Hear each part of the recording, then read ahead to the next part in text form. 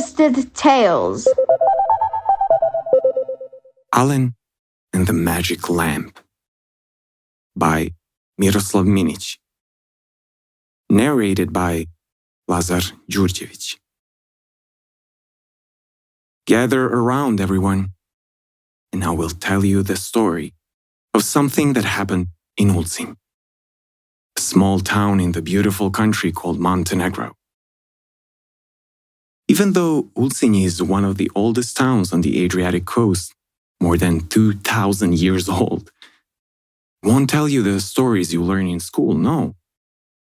This is the story of a 14-year-old boy, Alan. Handsome, good, cheerful, but also lonely. Alan was in the 9th grade. He had the highest marks and was good in all kinds of sports. He was fast, nimble, and clever. He could anticipate his teammates' ideas and intentions. During matches, his parents shouted his name from the stands, offering their love and support. The resourcefulness that Alan displayed on the field, however, he lacked in life. That was why he often found himself in trouble, which made his devoted mother worry about him. Alan's father saw himself in his son, all his own boyhood dreams that had vanished unexpectedly.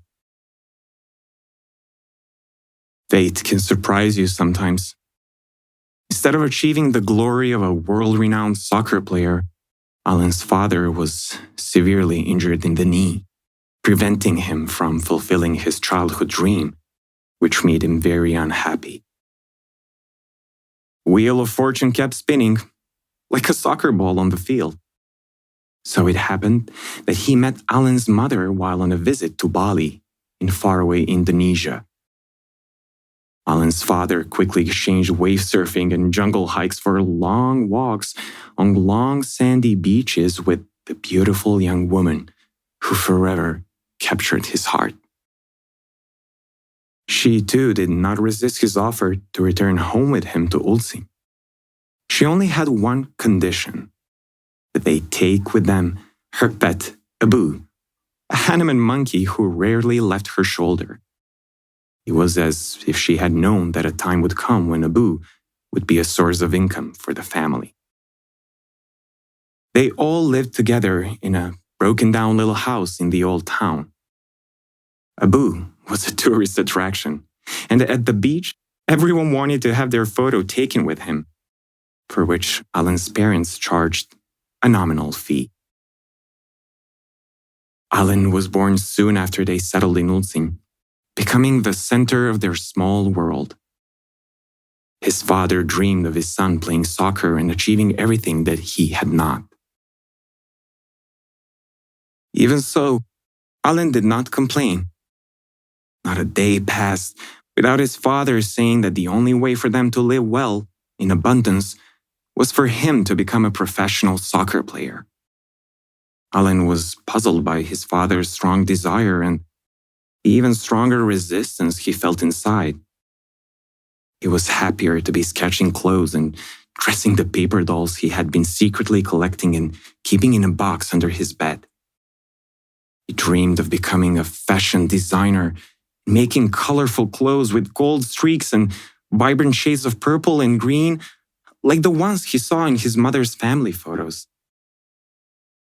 While Alan dreamed of sparkling shirts and dresses that models wore on the catwalk, his father believed his son to be playing and practicing soccer every day.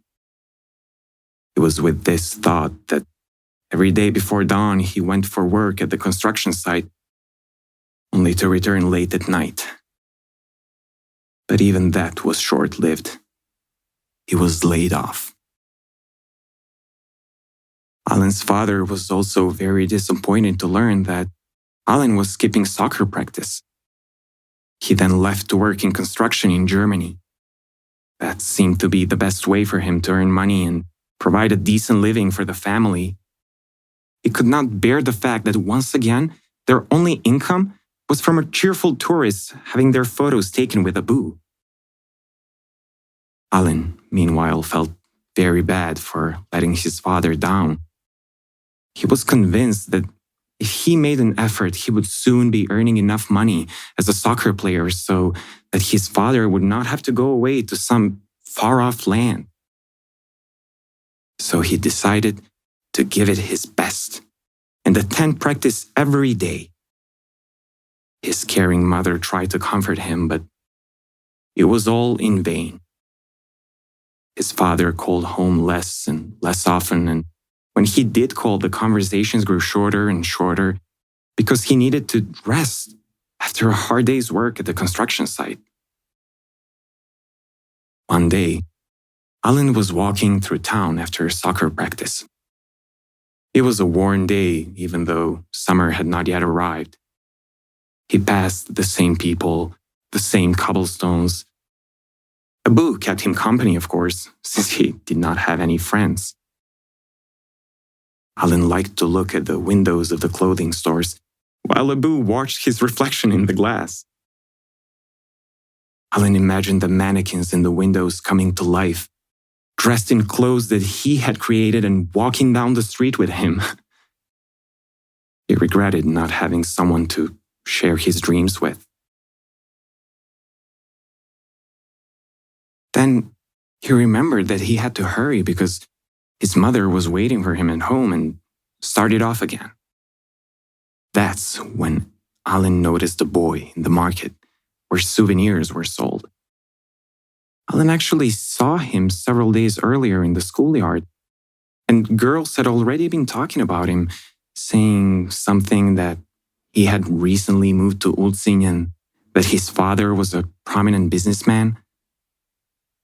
The boy was very tall for a 14-year-old, with dark hair, blue eyes, and wearing striking yellow glasses.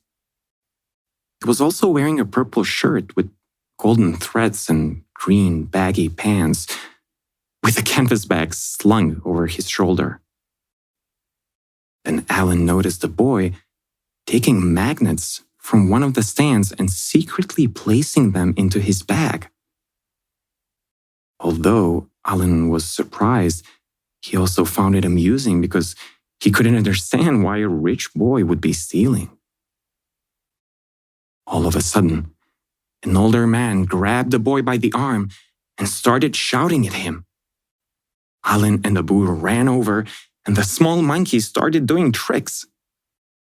The man could not take his eyes off of the cheerful monkey.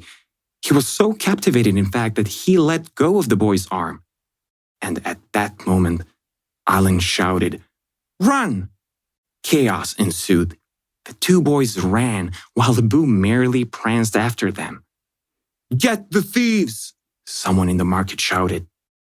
The boys kept running and Abu followed suit. They finally managed to escape by hiding behind a stone wall. The tall boy hesitantly asked Alan why he had helped him. Alan did not know what to say. The boy broke the uncomfortable silence by saying that his name was Ivan. Alan introduced himself and, having now mustered the courage, asked why he had been stealing. Ivan said that he was bored, and he believed that if he would get caught, then his father would have to come and get him.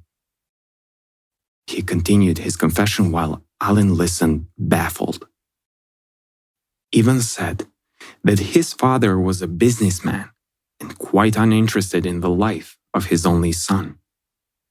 He believed that his father was more interested in new construction developments and yachts and politics. He had hoped that theft would be a way to attract his attention and for the father and son to finally have an honest discussion. Alan did not understand Ivan's story.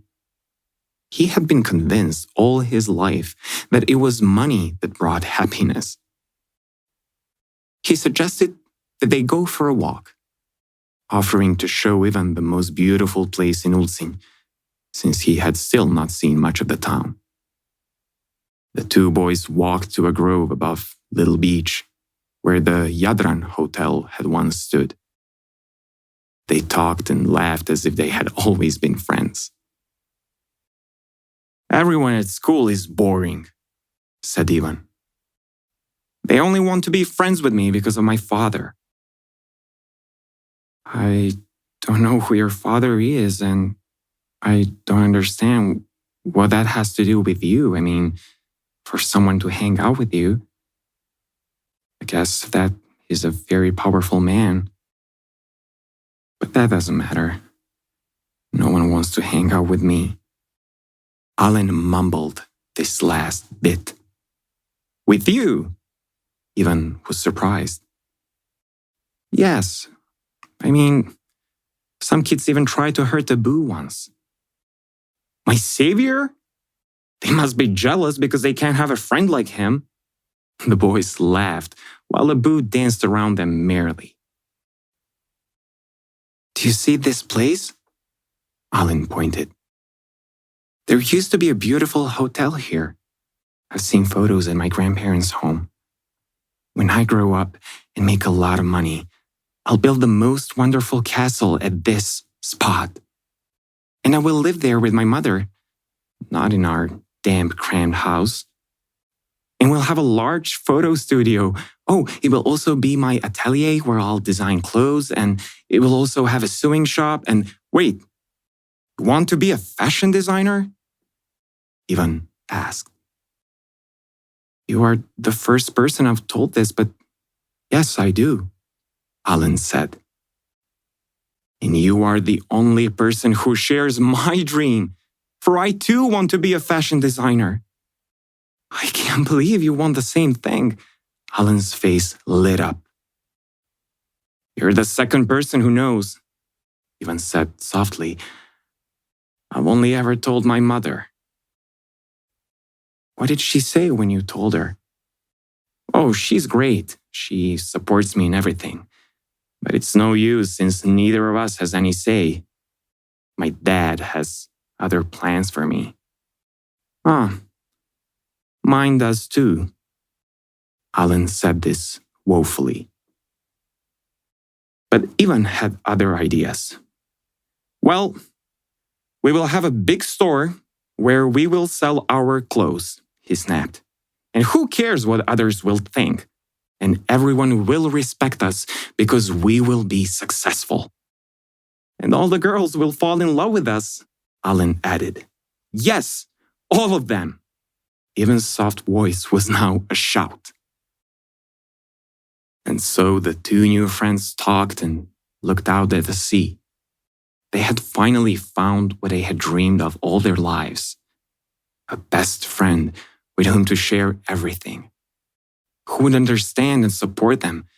Someone with whom they would not have to pretend to be tough and brave.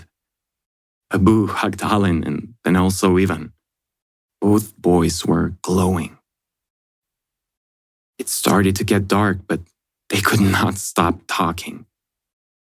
Alan said that he wished he had a magic carpet, just like the one in the fairy tales that his mother has read to him.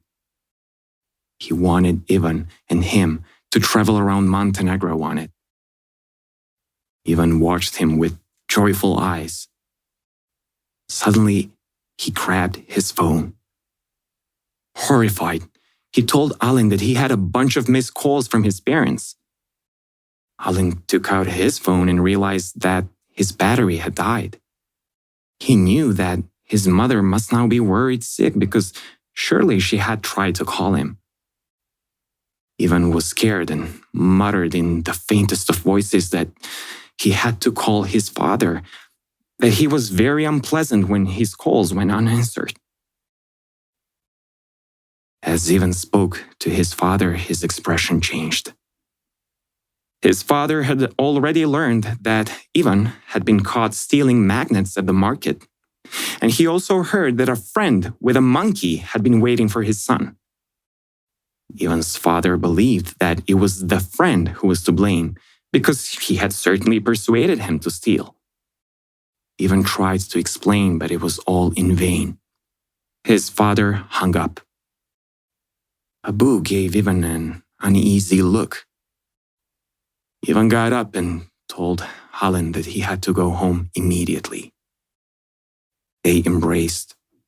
Sobbing softly, they promised to remain best friends forever. Ivan also hugged Abu, his savior from the angry merchants. The boys went their separate ways, each heading home.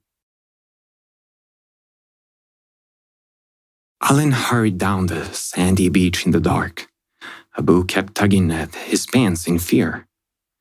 Even though Alan was slightly afraid since the only light on the way home came from an old street lamp. Still, this was the fastest way home. He was in a rush and knew his mother was anxiously waiting for him. All of a sudden, his foot caught on something and Alan tripped. A lamp was sticking out of the sand. It was low tide and the sea must have brought it ashore. Alan picked it up and ran back to the light of the street lamp. For a moment, he forgot about his mother, Ivan, and even Abu. He didn't know why he was so captivated by the rusty lamp. He didn't have anything with which to clean it, so he took off his t-shirt and wiped the sand and seawater from it. Abu sensed something and started to tremble. All at once, a bright light burst out of the lamp, and from it, a blue genie emerged. The words, "At your service, master," thundered. He couldn't believe what he saw. His green eyes were never bigger. As Abu tugged at his pants, Alan asked, "Who are you?" Abu then hid behind Alan. The genie just repeated that he was at his service, that he would grant Alan's every wish. Alan was confused and could only utter that he wished Abu and he were at home because his mother was surely worried.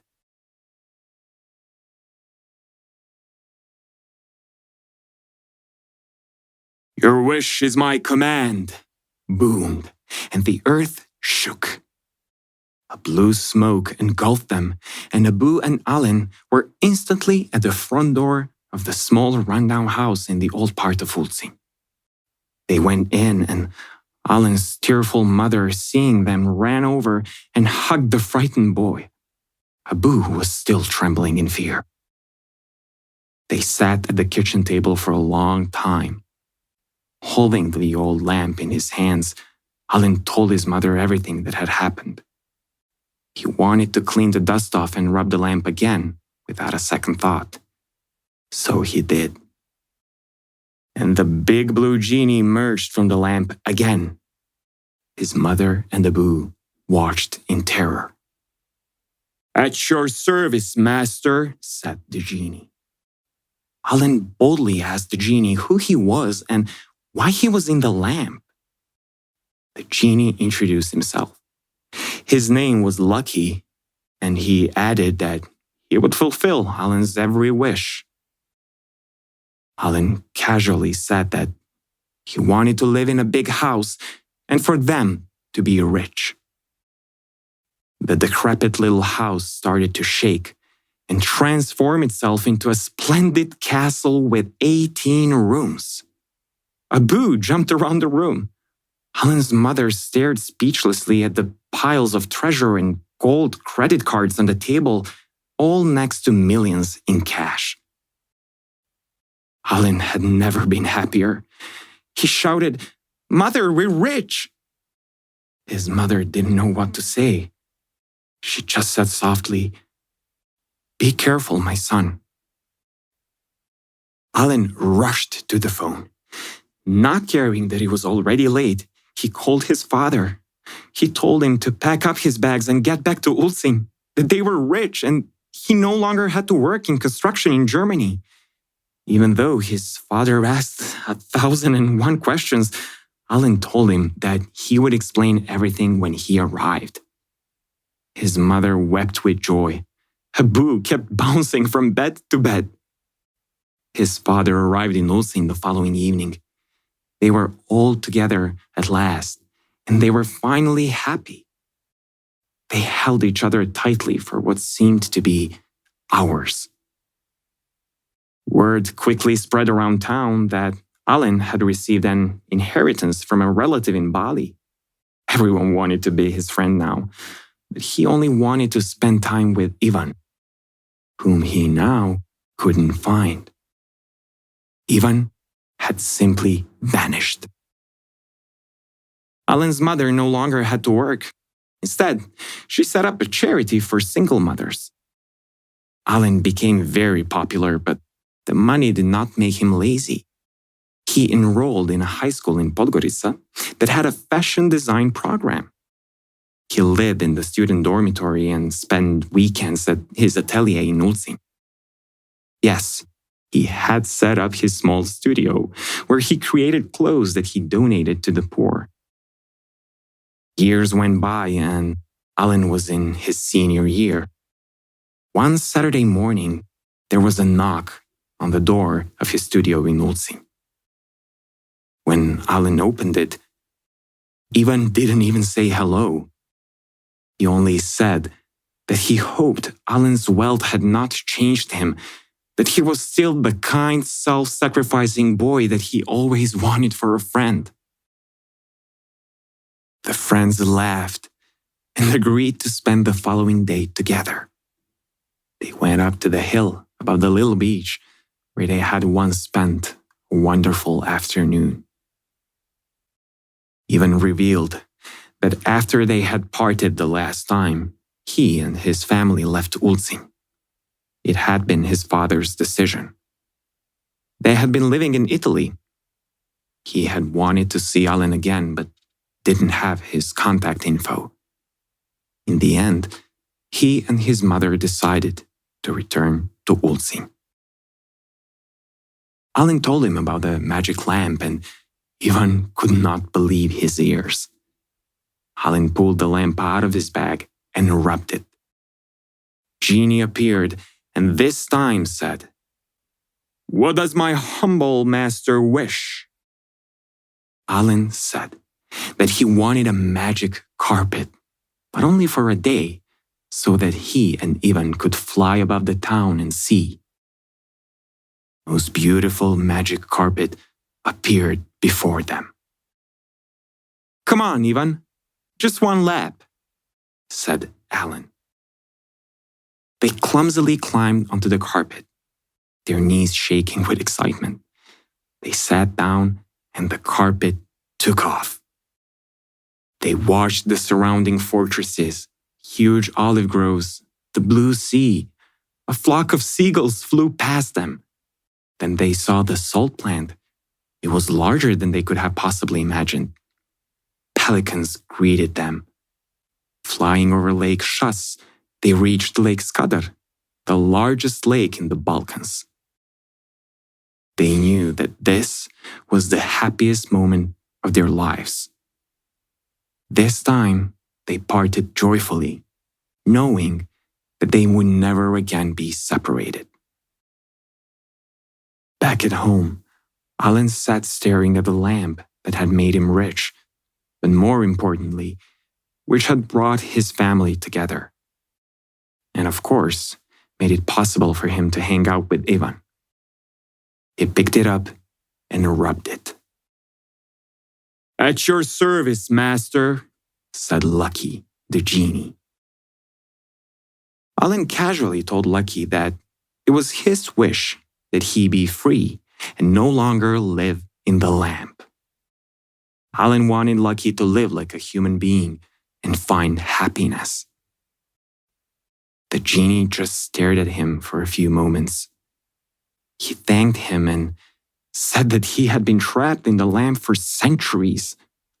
The thought of freedom no longer crossed his mind because no one mentioned it to him, that he had had many different masters.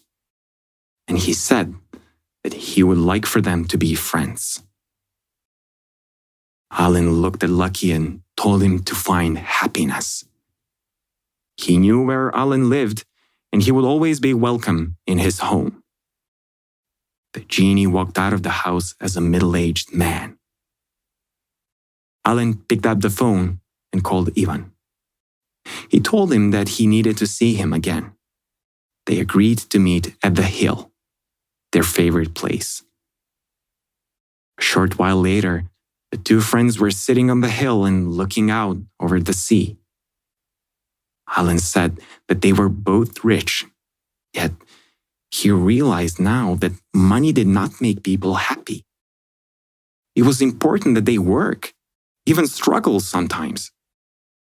He suggested that they open a factory to make beautiful clothes and employ all the people from Ulcinj who wanted to work.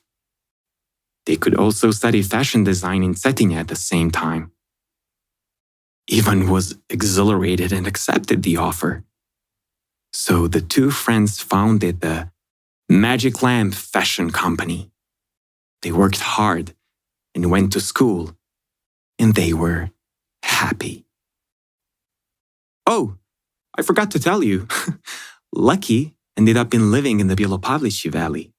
He got married and had 3 children.